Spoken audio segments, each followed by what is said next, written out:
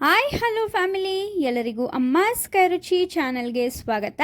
ಇವತ್ತಿನ ವಿಡಿಯೋನಲ್ಲಿ ತುಂಬ ರುಚಿಯಾಗಿರುವಂಥ ಹಾಗೆ ಮಾರ್ನಿಂಗ್ ಟೈಮ್ ಬ್ರೇಕ್ಫಾಸ್ಟ್ಗಾಗಿರ್ಬೋದು ಅಥವಾ ಲಂಚ್ ಬಾಕ್ಸ್ ರೆಸಿಪಿಗಾಗಿರ್ಬೋದು ತುಂಬ ಡಿಫ್ರೆಂಟಾಗಿ, ಕ್ವಿಕ್ಕಾಗಿ, ತುಂಬ ಟೇಸ್ಟಿಯಾಗಿ, ಮೈಲ್ಡಾಗಿ ಮಾಡ್ಕೊಳ್ಳೋ ಅಂತಹ ಟಿಫನ್ ರೆಸಿಪಿ ಕ್ಯಾಪ್ಸಿಕಮ್ ರೈಸ್ನ ತೋರಿಸ್ಕೊಂಡು ಕೊಡ್ತಾ ಇದ್ದೀವಿ. ಇದು ಮಾಮೂಲಿ ಕ್ಯಾಪ್ಸಿಕಮ್ ರೈಸ್ಗಿಂತ ತುಂಬ ಡಿಫ್ರೆಂಟಾಗಿರುತ್ತೆ. ಒಂದ್ಸಲ ನೀವು ಕೂಡ ನಾವು ತೋರಿಸಿರೋ ಥರ ಒಂದ್ಸಲ ಕ್ಯಾಪ್ಸಿಕಮ್ ರೈಸ್ನ ಟ್ರೈ ಮಾಡಿ ನೋಡಿ. ತುಂಬ ಚೆನ್ನಾಗಿ ಬರುತ್ತೆ, ತುಂಬ ಮೈಲ್ಡಾಗಿರುತ್ತೆ. ಮಕ್ಳಿಗಂತೂ ಮಾಡ್ಕೊಂಡು ಕೊಡಬೇಕಾದ್ರೆ ತುಂಬ ಇಷ್ಟಪಟ್ಟು ತಿಂತಾರೆ. ಹಾಗೆ ಬ್ಯಾಚುಲರ್ಸು ಕೂಡ ತುಂಬ ಕ್ವಿಕ್ಕಾಗಿ ಮಾಡ್ಕೊಬೋದು. ರುಚಿನೂ ಕೂಡ ಅಷ್ಟೇ ಚೆನ್ನಾಗಿರುತ್ತೆ. ಹಾಗಾದರೆ ಬನ್ನಿ, ಈ ಒಂದು ಮೈಲ್ಡಾಗಿರುವಂತಹ ಕ್ಯಾಪ್ಸಿಕಮ್ ರೈಸ್ ಹಾಗೆ ತುಂಬ ಡಿಫ್ರೆಂಟಾಗಿರುವಂತಹ ಕ್ಯಾಪ್ಸಿಕಮ್ ರೈಸ್ನ ಹೇಗೆ ಮಾಡೋದು ಅಂತ ನೋಡ್ಕೊಂಬರೋಣ. ಇದಕ್ಕೆ ನಾವು 2 ಈರುಳ್ಳಿನ ಉದ್ದಕ್ಕೆ ಕಟ್ ಮಾಡಿ ಇಟ್ಕೊಂಡಿದ್ದೀವಿ. ಹಾಗೆ 1 ಕ್ಯಾಪ್ಸಿಕಮ್ನು ಕೂಡ ಉದ್ದುದಕ್ಕೆ ಕಟ್ ಮಾಡಿಟ್ಟಿದ್ದೀವಿ.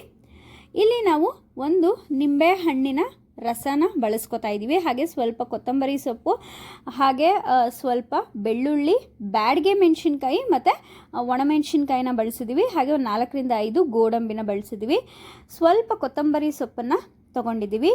ಹಾಗೆ ಇಲ್ಲಿ ಮಸಾಲೆಗೆ ನಾವು 1 ಟೇಬಲ್ ಸ್ಪೂನಷ್ಟು ಚಿಕನ್ ಮಸಾಲ, ಹಾಗೆ ಅರ್ಧ ಟೇಬಲ್ ಸ್ಪೂನಷ್ಟು ಗರಂ ಮಸಾಲ, 1/4 ಟೇಬಲ್ ಸ್ಪೂನಷ್ಟು ಅರಿಶಿನ, ಹಾಗೆ 1.5 ಟೇಬಲ್ ಸ್ಪೂನಷ್ಟು ಖಾರದ ಪುಡಿನ ಬಳಸ್ಕೊತಾ ಇದ್ದೀವಿ.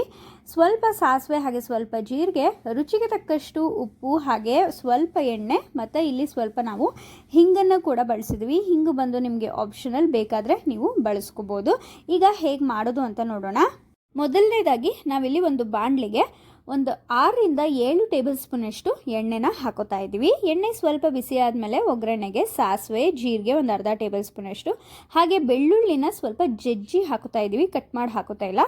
ಕರ್ಬೇವಿನ ಸೊಪ್ಪು 4 ರಿಂದ 5 ಗೋಡಂಬಿ, ಹಾಗೆ 3 ರಿಂದ 4 ಬ್ಯಾಡಗೆ ಮೆಣಸಿನ್ಕಾಯಿ, ಹಾಗೆ ಒಂದು 3 ರಿಂದ 4 ಒಣಮೆಣಸಿನ್ಕಾಯಿನೂ ಕೂಡ ಹಾಕ್ಕೊಂಡು ಸ್ವಲ್ಪ ಕಲರ್ ಚೇಂಜ್ ಆಗೋವರೆಗೂ ಫ್ರೈ ಮಾಡ್ಕೊತಾ ಇದ್ದೀವಿ. ಅದಾದಮೇಲೆ 2 ಈರುಳ್ಳಿನ ಉದ್ದುದಕ್ಕೆ ಕಟ್ ಮಾಡಿರೋದನ್ನ ಹಾಕ್ಕೊಂಡು ಎಣ್ಣೆಯಲ್ಲಿ ಚೆನ್ನಾಗಿ ಫ್ರೈ ಮಾಡ್ಕೊತಾ ಇದ್ದೀವಿ. ಈರುಳ್ಳಿ ಸ್ವಲ್ಪ ಕಲರ್ ಚೇಂಜ್ ಆಗೋವರೆಗೂ ಕೂಡ ಎಣ್ಣೆಯಲ್ಲಿ ಫ್ರೈ ಮಾಡ್ಕೋಬೇಕಾಗತ್ತೆ. ಇದಕ್ಕೆ ನಾವು 1/4 ಟೇಬಲ್ ಸ್ಪೂನಷ್ಟು ಹಿಂಗನ್ನು ಕೂಡ ಹಾಕೋತಾ ಇದ್ದೀವಿ. ನಿಮ್ಮ ಮನೇಲಿ ಹಿಂಗಿದ್ರೆ ನೀವು ಬಳಸ್ಕೊಳ್ಳಿ, ಇಲ್ಲಾಂದರೆ ಅದು ಬಂದು ಆಪ್ಷನಲ್, ಇಲ್ಲ ಅಂದರೂ ಕೂಡ ಸ್ಕಿಪ್ ಮಾಡ್ಬೋದು. ಈಗ ಈರುಳ್ಳಿ ಸ್ವಲ್ಪ ಚೆನ್ನಾಗಿ ಫ್ರೈ ಆದಮೇಲೆ ನಾವಿಲ್ಲಿ ಕ್ಯಾಪ್ಸಿಕಮ್ನು ಕೂಡ ಹಾಕ್ಕೊಂಡು ಚೆನ್ನಾಗಿ ಫ್ರೈ ಮಾಡ್ಕೊತಾ ಇದ್ದೀವಿ. ಇಲ್ಲಿ ಈರುಳ್ಳಿನ ನೀವು ಜಾಸ್ತಿ ಫ್ರೈ ಮಾಡೋ ಅವಶ್ಯಕತೆ ಇಲ್ಲ, ಒಂದು ಅರ್ಧ ಭಾಗದಷ್ಟು ಚೆನ್ನಾಗಿ ಫ್ರೈ ಆದರೆ ಸಾಕು. ಅದಾದಮೇಲೆ ನೀವು ಕ್ಯಾಪ್ಸಿಕಮ್ನು ಕೂಡ ಹಾಕ್ಕೊಂಡು ಕ್ಯಾಪ್ಸಿಕಮ್ ಕೂಡ ಚೆನ್ನಾಗಿ ಎಣ್ಣೆಯಲ್ಲಿ ಫ್ರೈ ಆಗೋವರೆಗೂ ಚೆನ್ನಾಗಿ ಫ್ರೈ ಮಾಡ್ಕೋಬೋದು. ನೋಡಿ, ಈ ರೀತಿಯಾಗಿ ಕ್ಯಾಪ್ಸಿಕಮ್ಮು ಕೂಡ ಚೆನ್ನಾಗಿ ಫ್ರೈ ಆಗಿದೆ, ನೋಡ್ತಾ ಇರ್ಬೋದು ನೀವು. ಈಗ ನಾವು ಇದಕ್ಕೆ 1.5 ಟೇಬಲ್ ಸ್ಪೂನಷ್ಟು ಖಾರದ ಪುಡಿ, ಅರ್ಧ ಟೇಬಲ್ ಸ್ಪೂನಷ್ಟು ಗರಂ ಮಸಾಲ, ಹಾಗೆ 1 ಟೇಬಲ್ ಸ್ಪೂನಷ್ಟು ಚಿಕನ್ ಮಸಾಲ ಹಾಕಿ, ಸ್ವಲ್ಪ ಅರಿಶಿನ ಮತ್ತು ಸ್ವಲ್ಪ ರುಚಿಗೆ ತಕ್ಕಷ್ಟು ಉಪ್ಪನ್ನು ಕೂಡ ಹಾಕ್ಕೊಂಡು ಚೆನ್ನಾಗಿ ಫ್ರೈ ಮಾಡ್ಕೊತಾ ಇದ್ದೀವಿ. ಮಸಾಲೆಯಲ್ಲಿ ಇರುವಂಥ ಹಸಿ ವಾಸನೆ ಎಲ್ಲ ಹೋಗುವವರೆಗೂ ಕೂಡ ಚೆನ್ನಾಗಿ ಫ್ರೈ ಮಾಡ್ಕೋಬೇಕು. ಹಾಗೆ ನೋಡ್ತಾ ಇರ್ಬೋದು ನೀವು, ಎಣ್ಣೆ ಎಷ್ಟು ಚೆನ್ನಾಗಿ ಬಿಟ್ಕೋತಾ ಇದೆ ಅಲ್ಲ. ಮಸಾಲೆ ಪುಡಿಗಳು ಹಾಕಿದ್ಮೇಲೆ ಎಣ್ಣೆ ಬಿಟ್ಕೊಳ್ಳೋ ತನಕ ಚೆನ್ನಾಗಿ ಮಿಕ್ಸ್ ಮಾಡಿ ಫ್ರೈ ಮಾಡಿಕೊಂಡು ಇಲ್ಲಿ ನಾವು ಆಗಲೇ ರೈಸ್ನ ರೆಡಿ ಮಾಡಿ ಇಟ್ಟಿದ್ದು. ಇಲ್ಲಿ ನಾವು ಒಂದು 4 ಜನಕ್ಕೆ ಆಗೋವಷ್ಟು ಕ್ವಾಂಟಿಟಿನಲ್ಲಿ ಮಾಡಿ ತೋರಿಸ್ತಾ ಇದ್ದೀವಿ.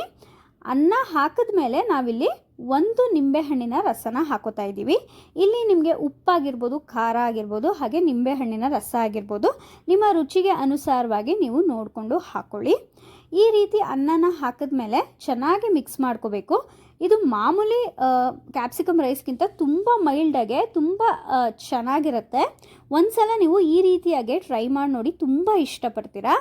ನೋಡಿ, ಈ ರೀತಿಯಾಗಿ ಚೆನ್ನಾಗಿ ಮಿಕ್ಸ್ ಮಾಡಿಕೊಂಡು ಸರ್ವ್ ಮಾಡಿದ್ರೆ ಆಯಿತು. ತುಂಬ ಕ್ವಿಕ್ಕಾಗುತ್ತೆ. ಲಾಸ್ಟಲ್ಲಿ ಸ್ವಲ್ಪ ಕೊತ್ತಂಬರಿ ಸೊಪ್ಪು ಹಾಕ್ಕೊಂಡ್ರೆ ಆಗೋಗುತ್ತೆ. ಲಂಚ್ ಬಾಕ್ಸ್ಗಾಗಿರ್ಬೋದು ಅಥವಾ ಮನೆಯಲ್ಲಿ ಬೆಳಗ್ಗೆ ಹೊತ್ತು ಏನೋ ತರಕಾರಿಗಳು ಇಲ್ಲ ಅನ್ನೋ ಟೈಮಲ್ಲಿ ಮಾಡ್ಕೊಳ್ಳೋಕ್ಕೆ ಮಾಡಿಸಿರುವಂಥ ಒಂದು ರೆಸಿಪಿ ಇದು. ತುಂಬ ಚೆನ್ನಾಗಿರುತ್ತೆ.